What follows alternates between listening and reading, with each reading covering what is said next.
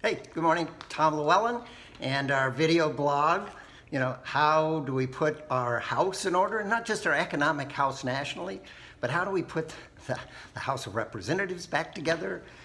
Our House of Lords, the Senate, maybe the White House. How do we put things back together when we have two parties just do not agree on how to govern? I mean, at all. One trending towards, a socialist approach to government, more government, big government, the rights owned by government instead of individual rights, and these other guys kind of democratic, capitalist, federalist, limited federal government, those sort of things. But there's nothing in the middle. And anytime, literally anytime, especially in the last 20 years, that one party proposes something, the other party hates it. It's a poison pill to them. There's some element in it, the way it's constructed, that it's just a game changer. No can do, we're done here, sorry. Cannot agree, especially when they're big programs and big ideas, or let's say big old ideas, because there's a lot of big old ideas going on, not much innovation. Now they do agree on two things. They love to spend, right? When they do get down to negotiations, it's not about spending less or how to make something more performant, spend the dollars well versus just spending. It's just spending. I'll give you a little money for your stuff, you give me a little money for my stuff. And it just keeps driving the budget higher and higher and us more and more into debt. And then second, I think this is just universal in every campaign I've looked at. But during campaigns, you get this. Well, Joe is a really bad guy and you shouldn't vote for him and blah, blah, blah. And then Joe goes, well, Jane's really awful, right? And don't vote for her. But here's the deal. We come up thinking, well, either one or the other is right. Well, the fact of the matter, they're both right. The people belong to two political parties that make them awful, right? They're not credible, not because they're not nice people, because I think most of them are, but they buy into this paradigm, this ideology, this power-grabbing, money-seeking political parties, and it kind of ends everything, and it turns into these anger wars. And you step it up just a little.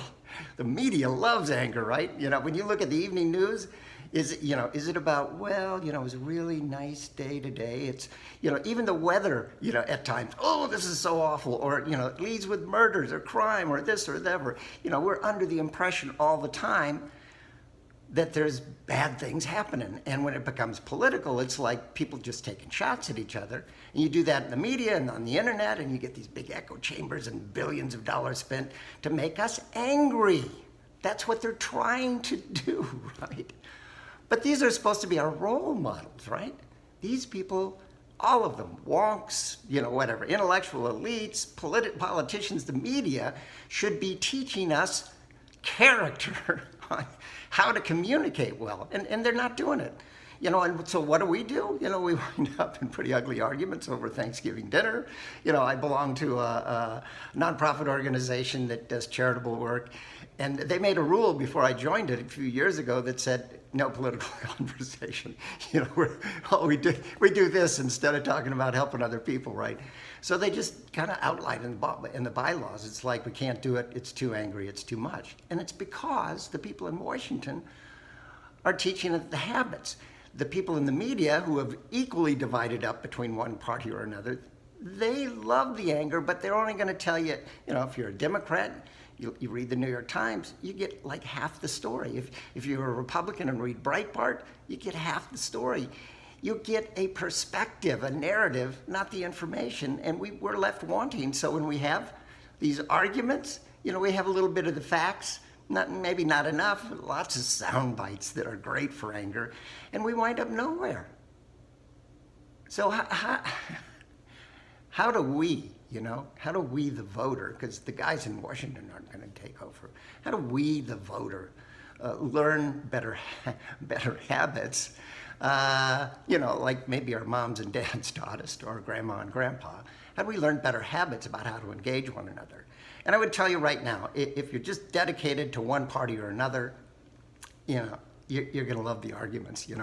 Washington is a group, looks like a group of pigs in the sty with little lipsticks that are just going at it, and they love it.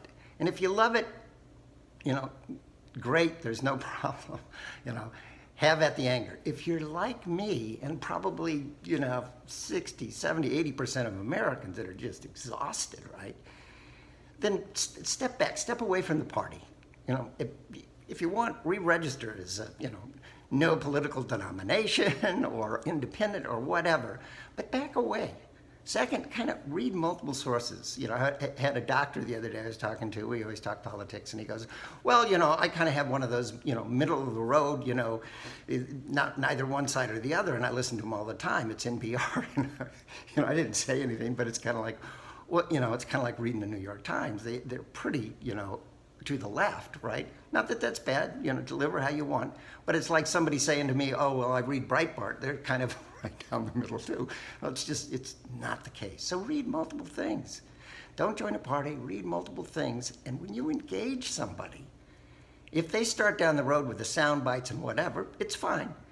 Instead of responding, ask them questions. Try to get down to the basis of why they believe what they believe. Try to understand the way they're thinking so you can have some appreciation. And you may not agree with it, but two things will happen. It's kind of like going on a date. If you go on a date and talk about yourself the whole time, you don't ask any questions, your date probably isn't going to go for a second date, right? It's just not going to happen. But if you're asking questions and both sides start asking questions, you create a really good relationship, right? And that's what civil is about. It's like we're independent-minded people. They're just trying to find new ideas that we can agree on and talk about.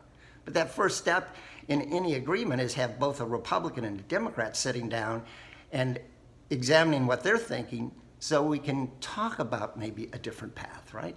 And then finally, join civil. Man, go to the websites on Facebook here, go click on it, go join the club, right? It's pretty easy. It doesn't, you have no responsibilities. You can just join and listen in, right?